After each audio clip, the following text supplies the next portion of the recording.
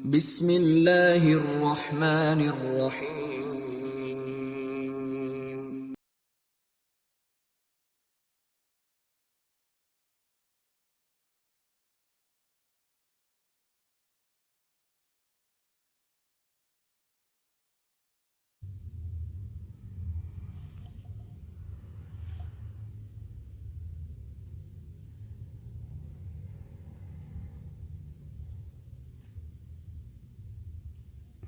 Assalamualaikum warahmatullahi wabarakatuh.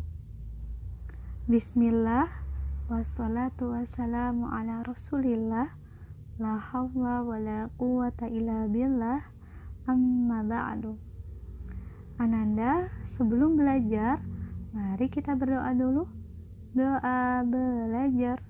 Allahumma inni as'aluka ilman nafi'an wa rizqan thayyiban wa amalan mutaqabbalan. Ananda, bagaimana kabarnya? Kaifa halukunna? Semoga Ananda dalam keadaan yang sehat dan semoga Allah mudahkan dalam segala aktivitasnya. Amin. Hari ini kita akan belajar tema 3, mengenal benda di sekitarku. Subtema 2, wujud benda. Pada hari ini kita akan belajar pembelajaran 3 dan 4. Sekarang mari kita masuk materi baru.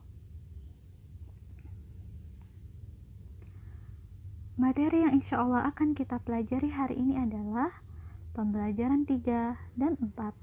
Pada pembelajaran 3, yaitu pertama, sifat benda padat, kedua, menghitung konversi satuan jarak. Untuk pembelajaran 4, yaitu pertama, sifat benda cair, kedua, melempar dan memantulkan bola, ketiga, bergotong royong.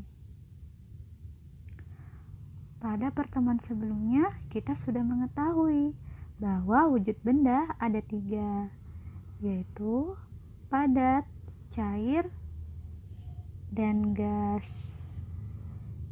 Benda padat dan cair sebelumnya sudah kita kelompokkan 7 benda yang ada di dapur, termasuk benda padat, yaitu dan cair, yaitu benda padat dan cair. Hari ini akan kita pelajari.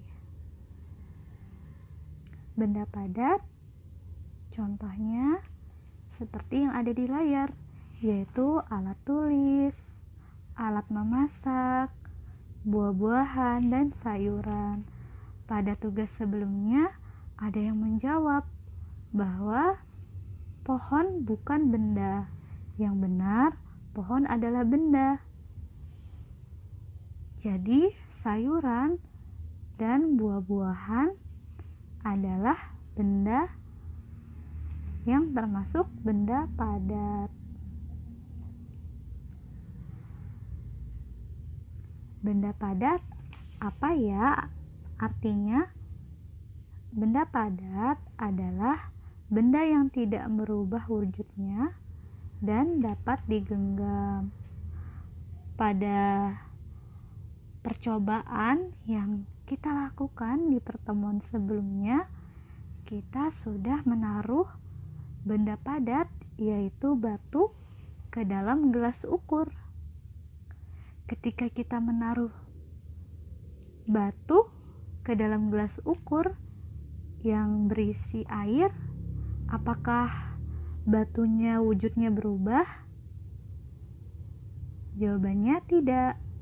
Jadi, benda padat diletakkan di mana saja, wujudnya tidak berubah.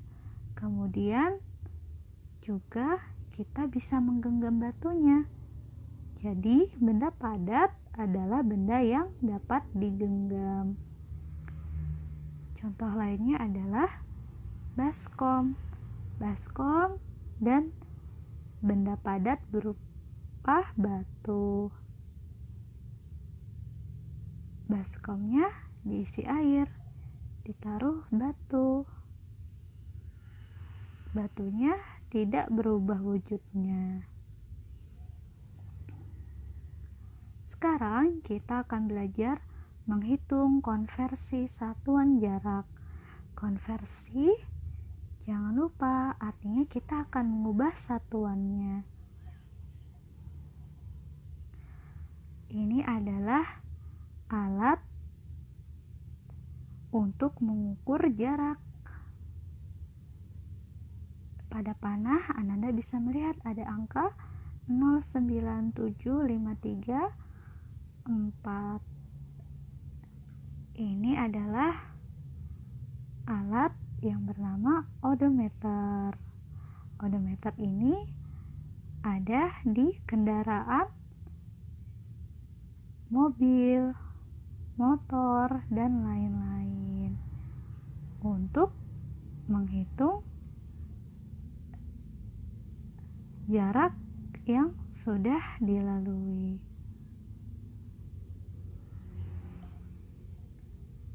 Ini adalah denah. Pada denah ada 3 bangunan, yaitu rumah Rasti, pasar, dan rumah sakit. Juga sudah tertulis untuk jarak dari setiap bangunan. Ada pertanyaan pada soal berikut, yaitu Rasti akan menjenguk neneknya di rumah sakit saat ia berangkat. Ia mampir di pasar. Rasti membeli buah-buahan. Berapa jarak yang ditempuh Rasti untuk menjenguk neneknya di rumah sakit? Jadi Rasti ingin ke rumah sakit. Tapi sebelum ke rumah sakit, Rasti ingin ke pasar dulu untuk membeli buah-buahan yang akan diberikan nenek Rasti saat menjenguk. Yang menjadi pertanyaan adalah berapa jarak yang ditempuh Rasti untuk menjenguk neneknya di rumah sakit. Pertama, Rasti akan pergi ke pasar. Setelah ke pasar, Rasti pergi ke rumah sakit. Pasar, jarak rumah Rasti ke pasar yaitu 3 km. Kemudian dilanjutkan lagi, pasar ke rumah sakit 8 km. Cara menghitungnya berarti tinggal ditambahkan. Jarak ini tempuh Rasti ke rumah sakit adalah 3 km ditambah 8 km sama dengan 11 km. Nanti akan ada tugas. Tugasnya nanti selain tambah-tambahan juga ada pengurangan. Nanti Ananda bisa melihat pada soal selain pengurangan juga ada perkalian. Nanti Ananda bisa baca untuk soal yang ada saat pemberian tugas. Jangan lupa untuk tambah-tambahan, caranya seperti ini yang sudah Ustazah beri tanda kotak. Untuk soal selain tambah-tambahan, Ananda bisa mencobanya dulu ya. Nanti kalau Ananda bingung bisa tanyakan Ustazah. Selanjutnya kita akan belajar benda cair. Benda cair adalah benda yang bisa berubah wujudnya atau tidak tetap dan tidak dapat digenggam. Berarti ini adalah kebalikannya benda padat. Kalau benda cair bisa berubah wujudnya dan tidak dapat digenggam. Contohnya adalah air. Air di ember kecil, kemudian di ember besar, kemudian di baskom. Coba bisa dilihat airnya berubah wujudnya, yang tadinya hanya lebarnya kecil, kemudian ketika ditaruh di ember besar, lebarnya semakin membesar, kemudian saat ditaruh di baskom, lebarnya lebih lebar lagi. Kalau kita juga taruh di mangkok, nanti wujud airnya berubah mengikuti tempat mangkoknya. Kemudian kalau ditaruh di gelas berubah lagi. Itu menandakan benda cair bisa berubah wujudnya dan tidak dapat digenggam. Kita tidak bisa menggenggamnya di tangan. Insya Allah Ananda sudah paham ya. Bacalah teks berikut. Air di bumi. Ustazah akan bacakan, Ananda bisa ikut membaca. Bumi adalah tempat yang berair. Sekitar 71% permukaan bumi tertutup air. Sebagian besar air berada di lautan. Air juga ada di udara sebagai uap air, di sungai dan di danau, di es dan gletser, di tanah, dan bahkan pada tubuh kita. Air tidak pernah diam. Berkat siklus air, pasokan air planet kita terus bergerak dari satu bentuk ke bentuk lainnya. Walaupun terdapat banyak air, jumlah air tawar di bumi sangat terbatas. Sekitar 97% air berupa air asin dan 3% air berupa air tawar. Hampir 2/3 air tawar berada di dalam bentuk es di kutub. Air tawar yang tidak membeku dapat ditemukan di dalam tanah. Air sangat penting bagi kehidupan. Sungai adalah sumber dari sebagian air permukaan yang digunakan orang, tetapi jumlahnya sangat sedikit dibanding total air yang ada di bumi. Oleh sebab itu, kita harus hemat dalam menggunakan air. Melempar dan memantulkan bola. Sebelumnya, ketika kita berolahraga, kita jangan lupa pemanasan dulu. Pemanasan penting untuk menghindari cedera pada anggota tubuh. Setelah pemanasan, kita bentuk 2 barisan, kemudian saling berhadapan.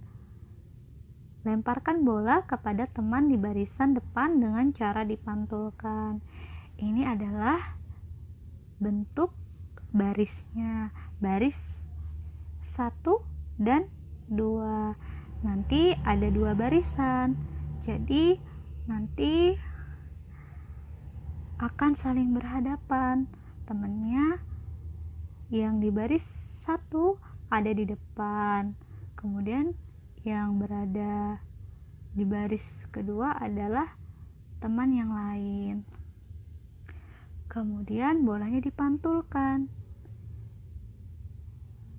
Pantulkan ke temannya secara miring. Kemudian dipantulkan lagi. Dipantulkan teman A, ditangkap teman B. Teman B memantulkan ke teman C tangkap, lalu teman C pantulkan lagi ke teman D. Jadi seterusnya berganti-gantian. Kemudian setelah belajar memantulkan bola, kemudian memindahkan bola dari satu titik ke titik lain dengan cara dipantulkan. Yang tercepat menjadi pemenangnya. Nanti akan dilombakan siapa yang paling cepat saat memantulkan bola. Selanjutnya, kita akan belajar mengidentifikasi kegiatan gotong royong. Nanti akan ada tugas.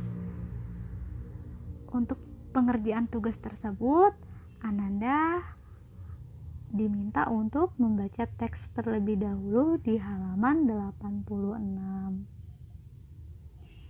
Bacaannya tentang kegiatan gotong royong. Coba Ananda bisa dilihat bagaimana banyaknya orang yang bergotong royong untuk membangun. Jadi kalau dikerjakan bersama-sama, insya Allah akan lebih mudah. Ini contohnya membuat parit ya. Jadi sama-sama. Kalau sendirian tentu akan berat, tapi kalau bersama-sama insya Allah akan ringan atau lebih mudah. Demikian untuk hari ini ada tugas. Tugasnya yaitu matematika halaman 79 sampai 80. Semua nomornya dikerjakan. Kemudian untuk tugas kedua ada 2 pertanyaan di halaman 87. Ini jangan lupa dibaca dulu teksnya. Jadi pertanyaannya dijawab setelah membaca teks tersebut. Kemudian tugas yang ketiga, video percobaan. Video percobaannya ada 2, yaitu halaman 78 untuk percobaan benda padat, kemudian halaman 84 untuk percobaan benda cair. Nanti yang di benda cair atau halaman 84 percobaannya ada 2, yang dikerjakan hanya percobaan 1, percobaan 2 yang dengan minyak goreng tidak perlu dikerjakan. Jadi ini dikerjakannya berupa video Ananda. Nanti di video itu langsung disampaikan kesimpulan Ananda setelah melakukan percobaan tersebut.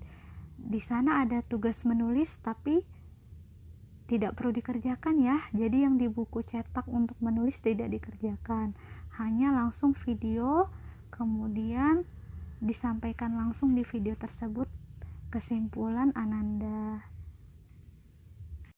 Sudah selesai. Sebelumnya Ustazah sampaikan, semoga ilmu yang kita dapat hari ini bermanfaat. Amin. Ananda, sebelum kita tutup, mari kita doa dulu. Doa kafaratul majelis. Subhanakallahumma wa bihamdika asyhadu an la ilaha illa anta astaghfiruka wa atubu ilaik. Demikian, assalamualaikum warahmatullahi wabarakatuh.